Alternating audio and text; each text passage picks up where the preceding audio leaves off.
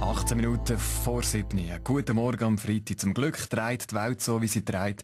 Es ist nämlich viel zu kompliziert und darum muss man es am Freitagabend wieder ein bisschen zurechtdrücken. Morgen, Fabian. Guten Morgen, Mario.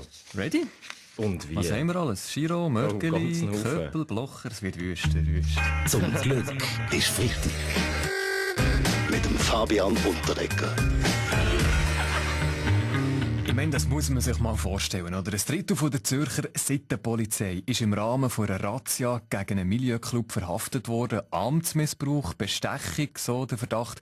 Es gilt natürlich die Unschuldsvermutung, aber was vermutet unsere Freitagsrunde? Was ist passiert? Fragen wir doch den Zürcher Nationalrat Christoph Mörgeli. Ja, dass meine Entlassung so weit bis in den Kreis zieht, das hätte ich nicht gedacht, gell? Der Nächste, der wegen mir muss gehen, ist sicher der Obama, der Papst oder Gott, versteht Sie? Ja.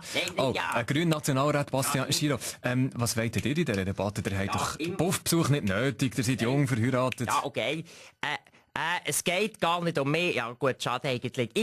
Es geht auch nicht um Herrn Mörgeli, es geht um das Verkehrspuff rund um die Zürcher Langstrasse. Die Polizei schaut einfach weg, wie Autos auf dem Strich vor dem Fußgängerstreifen stehen und Gummi geben. Auf jeden Fall schmeckt die Geschichte nach einem veritablen Skandal. Ich frage mich, weiss die Weltwoche schon mehr, Roger Köppel? In der Stadt Zürich haben sie einen Puff. Um was geht's? Im Wort Bestechung steckt das Wort Stechen. Die Tatsache ist die, wer zahlt, befiehlt und Polizisten befehlen gern. Sex für Geld kann ich selber aber nicht bieten, aber meine Weltwoche funktioniert nach dem gleichen Textmodell. Text für Geld. Das leitet mir ja fliessend über zum Christoph Blocher.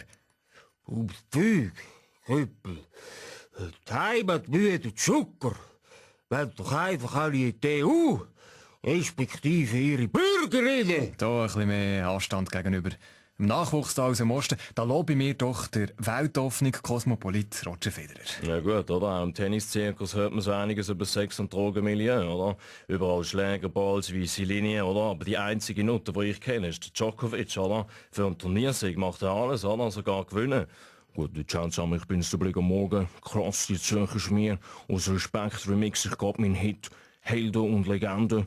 Neu heisst der Cops and Bitches. Voilà, dann hätten wir das Wochenthema eigentlich abgehandelt, oder? Ah nein, der Christian Gross, unser Lieblingsarbeitszeitlos, der hat noch eine Frage gehabt. Oh, wenn ich das richtig verstehe, werden bei der Seite Stellen frei, oder?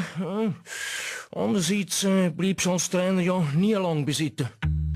Zum Glück ist Freitag. Später online, als Podcast und auch als Video. srf3.ch